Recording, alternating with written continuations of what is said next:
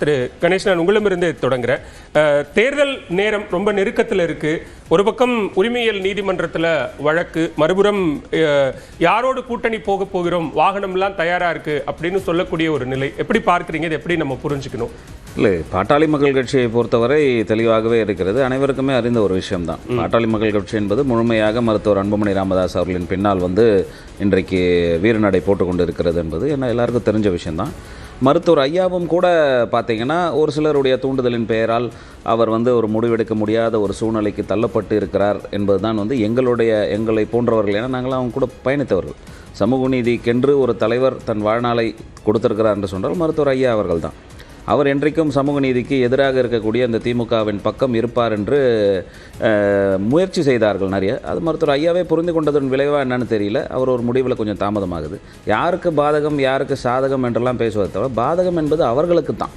யார் என்ன முடிவெடுக்காமல் இருக்கிறார்களோ அவர்களுக்கு தான் இது ஒரு பாதகமாக இருக்குமே தவிர, மற்ற கட்சிகளுக்கு வந்தால் ஆதாயம், யார் கூட வராங்களோ அவங்களுக்கு உண்டான அந்த ஒரு சிறிய ஆதாயம் இருக்கும். பாதகம் என்று பார்த்தா நீங்க அன்புமணி தலைமையில் வீரநடை போடுது அப்படின்னு சொல்ற இடத்துல தான் அந்த வழக்கு தொடர்பான கேள்விகளும் வருது. இப்ப சின்னம் தொடர்பான, கட்சியின் பெயர் தொடர்பான விவகாரங்கள்ல உரிமையியல் நீதிமன்றம், உயர்நீதிமன்றம் உரிமையியல் நீதிமன்றத்தில் பார்த்துக்கோங்கன்னு சொல்லிட்டாங்க. ஸோ இப்போ உரிமையியல் நீதிமன்றம் நோட்டீஸ் கொடுத்திருக்கிறது. ஸோ இப்போ அது ஒரு சிக்கலா நீங்க பார்க்கலையா? இல்லை, அது ஒரு நடைமுறையாக தான் நாங்கள் பார்க்குறோம். இதெல்லாம் நாங்கள் முன்னாடியே எதிர்பார்த்தோம்.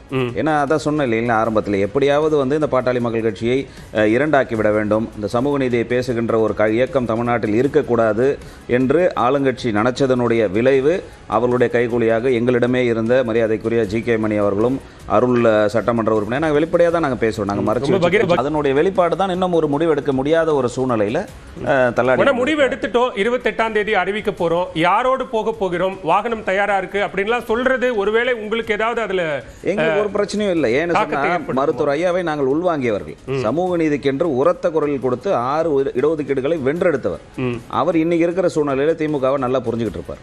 ஸோ எதனால் இந்த சூழ்நிலை நமக்கு வந்தது என்று உண்மையிலேயே மருத்துவர் ஐயா மன வருத்தத்துடன் தான் இருப்பார் என்று நாங்கள் எண்ணுகிறோம். ஏன்னு சொன்னால் 100% திமுக பக்கம் அவர் போவதற்கான வாய்ப்புகள் கிடையாது.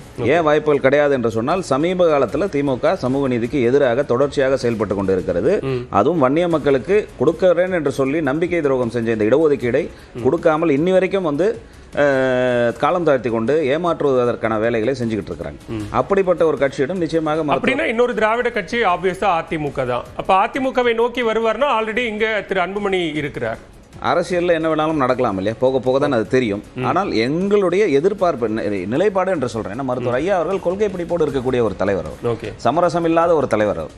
அப்படி வன்னியர் இடஒதுக்கீடு என்பது இன்று வரைக்கும் செய்யறேன்னு சொல்லி நம்பிக்கை கொடுத்து 3 ஆண்டு காலம் மருத்துவர் ஐயாவே நேரடியாக சட்டமன்றத்திற்கு சென்று அலுவலகத்தில், முதல்வருடைய அலுவலகத்தில் பார்த்து அவருக்கு நம்பிக்கை கொடுத்து பின்னாடி வந்த பிறகு முதுகில் குத்திய கட்சி இப்போ திமுக.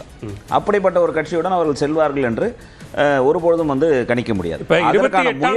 அதற்கான முயற்சிகளை திமுக எடுத்தது, அது இன்றைக்கு வெளிப்பட்டு இருக்கும். திமுகவுக்கு அதுல என்ன சாதகம்னு நீங்க நினைக்கிறீங்க? அதுல அதன் மூலமா அவங்க அடையக்கூடிய ஆதாயம் என்னவா? எதிர்கட்சிகளை பலவீனப்படுத்துவது தானே.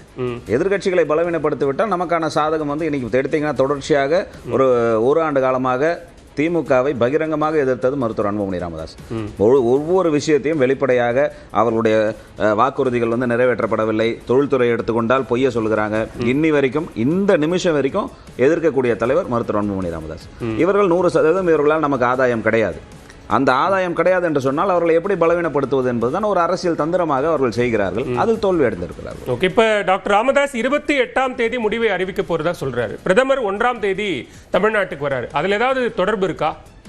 எனக்கு தெரியல இல்லையா, அது என்ன தொடர்பு இருக்கு தொடர்பு இல்லைன்றது அறிவிப்பு. நீங்க சொன்ன மாதிரி இன்னொரு திராவிட கட்சி என்ன வேணா நடக்கலாம் அப்படின்னு சொல்லும் போது, ஒருவேளை பிரதமரோடு திரு அன்புமணி அவர்களும் டாக்டர் ராமதாஸ் அவர்களும் ஒரே மேடையை பகிர்ந்து கொள்வதற்கான சூழல் உருவாகும் காலம் தான் பதில் சொல்லணும் சொல்றீங்களா? எங்களுக்கு என்ன என்ன இதுவா ஒரு சின்ன ஒரு கருத்து வேறுபாடு, தந்தை மகன் தானே, ஒரு கருத்து வேறுபாடை அருகாமையில் இருந்து சிலர் ஏத்தி கொடுத்து அதை பெரிதாக்கி இருக்கிறார்கள். காலப்போக்கில் அது மாறுச்சுன்னு சொன்னா மகிழ்ச்சி தானே, வரவேற்க தானே போறோம். இப்ப என்ன அவரோடு உடனிருப்பவர்கள் மேல நீங்க கடுமையான குற்றச்சாட்டுகளை முன் வச்சிருக்கிற நிலையில அந்த இணைப்பு சாத்தியப்படுவதற்கான வாய்ப்புகள் இருக்கா? புரிஞ்சுக்கொண்டா மருத்துவர் ஐயா என்றைக்கு அதை புரிந்து கொள்கிறார்களோ உணர்கிறார்களோ அது சாத்தியம் தானே. அடுத்த நொடி அது சாத்தியமாயிடும். நம்மள அதுக்கான அவகாசம் இருக்கா? தேர்தலுக்கு ரொம்ப குறைவான 24 மணி நேரம் என்பதே பெரிய அவகாசம் தான். தேர்தல் நேரத்தில் என்ன வேணாலும் நடக்கலாம். சரி, முதற்கட்ட பார்வையா எடுத்துக்கிற பேசலாம்.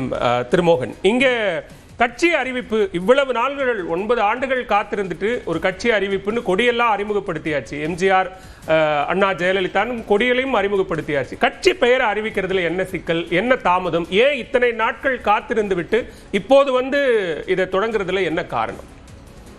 புரட்சித்தாய் சின்னம்மா அவர்கள் 9 ஆண்டு காலம் அமைதி காத்து பார்த்தார். தொடர்ந்து அனைத்திந்திய அண்ணா திராவிட முன்னேற்றக் கழகம் தோல்வியை தழுவிக்கொண்டு இருக்கிறது. இந்த தேர்தலிலும் அனைத்திந்திய அண்ணா திராவிட முன்னேற்றக் கழகம் தோற்றுவிட்டால் மீண்டும் அந்த கட்சியை ஆட்சிக்கு கொண்டு வருகின்றது மிக மிக கடினம். ஆகவே இந்த தேர்தலுக்கு முன்பாகவே அனைத்திந்திய அண்ணா திராவிட முன்னேற்றக் கழகத்தை மீண்டும் ஆட்சியில் அமர்த்த வேண்டும், அம்மாவின் ஆட்சி மீண்டும் அமைய வேண்டும் என்பதற்காக புரட்சித்தாய் சின்னம்மா அவர்கள் முடிவெடுத்து களம் கண்டு விட்டார். கொடியை அறிவித்து விட்டார். ஓரிரு நாட்களில் கட்சியை அறிவிப்பேன் என்று சொன்னார்கள். இன்று காலை சென்னை விமான நிலையத்தில் எம்ஜிஆர் ஆட்சியை, ஜெயலலிதா ஆட்சியை மீண்டும் கொண்டு வரணும்னா அது அதிமுகங்கிற அந்த அடையாளத்தோட, இரட்டை இலை சின்னம்ங்கிற அடையாளத்தோட கொண்டு வந்தாதான் அது அந்த ஆட்சி. இப்ப யார் வேண்டுமானாலும் அந்த பெயரை பயன்படுத்தி கட்சி ஆரம்பிச்சு நடத்தினால் அது அந்த ஆட்சி ஆகிவிட முடியுமா? அனைத்திந்திய அண்ணா திராவிட முன்னேற்ற கழகத்தை 1983ஆம் ஆண்டிலிருந்து புரட்சி தலைவரோடு கிட்டத்தட்ட 4 ஆண்டுகள். புரட்சி தலைவருக்கு புரட்சித்தாய் சின்னம்மா அவர்கள் யார் என்று தெரியும். புரட்சி தலைவி அவர்களுக்கும் சின்னம்மா யார் என்று தெரியும். உற்ற தோழியாக உடனிருந்து அரசியல் பயணத்தில் கிட்டத்தட்ட 43 ஆண்டுகள், 83லிருந்து இன்று வரை தமிழக அரசியல் கழகத்தை கூடவே இருந்து உடனிருந்து பார்த்திருக்கிறார் புரட்சித்தாய் சின்னம்மா அவர்கள். அவர்களுக்கு தோன்றியது இந்த நேரம்தான் சரியான நேரம், இதை விட்டுவிட்டால் அனைத்திந்திய அண்ணா திராவிட முன்னேற்ற கழகத்தை, அம்மாவின் ஆட்சியை மீண்டும் கொண்டு வர வேண்டும் என்ற மன உறுதியோடு தான் அவர்கள் களமிறங்கி இருக்கிறார்கள். கூடிய சார், நீங்க சொல்றதுபடி இவ்வளவு நாள் காத்திருந்தாங்க. நீங்க அதிமுக ஒரு தொடர் தோல்விகளை சந்திச்சிச்சு. அந்த தோல்விகளுக்கு பிறகாகவும் கூட என்ன சொன்னாங்கன்னா, எல்லாரும் ஒருதாய் பிள்ளைகளா ஒன்றிணைந்து அதிமுகவை மீட்டு கொண்டு வருவோம், அதிமுகவை மீண்டும் ஆட்சி கட்டில அமர வைப்போம் அப்படின்லாம் பேசிட்டு இன்னைக்கு ஒரு தனி கட்சி தொடங்குவதன் மூலமாக என்ன சாதிக்கணும்னு நினைக்கிறாங்க திருமதி சசிகலா அவர்கள்? சாதிக்க போவது எதிரிகளுக்கும் துரோகிகளுக்கும் நம்பிக்கை துரோகிகளுக்கும் உங்கள் தலைப்பிலே உள்ளது போல் பாதகம். யாருக்கு சாதகம் என்றால் தமிழ்நாட்டு மக்களுக்கு சாதகம். ஏனென்றால் அனைத்திந்திய அண்ணா திராவிட முன்னேற்ற கழகத்தின் ஆட்சி. திருமதி சசிகலா ஒரு கட்சியை தொடங்கி வேட்பாளர்களை நிறுத்துகிறார்னா தமிழ்நாட்டில் எத்தனை மாவட்டத்தில், எத்தனை தொகுதிகளில் ரொம்ப வலுவா இருக்கக்கூடிய இடங்கள்ல எவ்வளவு வாக்குகள் அந்த கட்சி கிடைச்சிரும்னு நினைக்கிறீங்க? என்னை பொறுத்த வரைக்கும் 234 தொகுதிகளிலும் சின்னம்மா அவர்கள் வெற்றி பெறுவார். அது நம்பிக்கை. சொல்லல, யதார்த்தம்னு ஒண்ணு இருக்குல்ல, யதார்த்தம்னு ஒண்ணு இருக்குல்ல. 9 ஆண்டு காலம் ஒரு காத்திருப்புக்கு பின்னர் தேர்தலுக்கு ஒரு 60 நாளுக்கு முன்னாடி வந்து ஒரு கட்சியை அறிவிச்சு இதுல அண்ணா, எம்ஜிஆர், ஜெயலலிதாவெல்லாம் இருப்பாங்க, இதுதான் கட்சியினுடைய கொடி அப்படின்னு சொல்லும் போது அது யாருக்கு இந்த செய்தியை நீங்க யாருக்கு சொல்றீங்கிறதே முதல்ல கேள்வியா இருக்கு. நீங்க கேட்கறது அருமையான கேள்வி. 96ல 22 நாள்ல தமிழ் மாநில காங்கிரஸ் என்ற கட்சி உதயமானது. அவர்கள் வெற்றி பெற்றார்கள். கூட்டணி அமைத்து திராவிட முன்னேற்ற கழகத்தோடு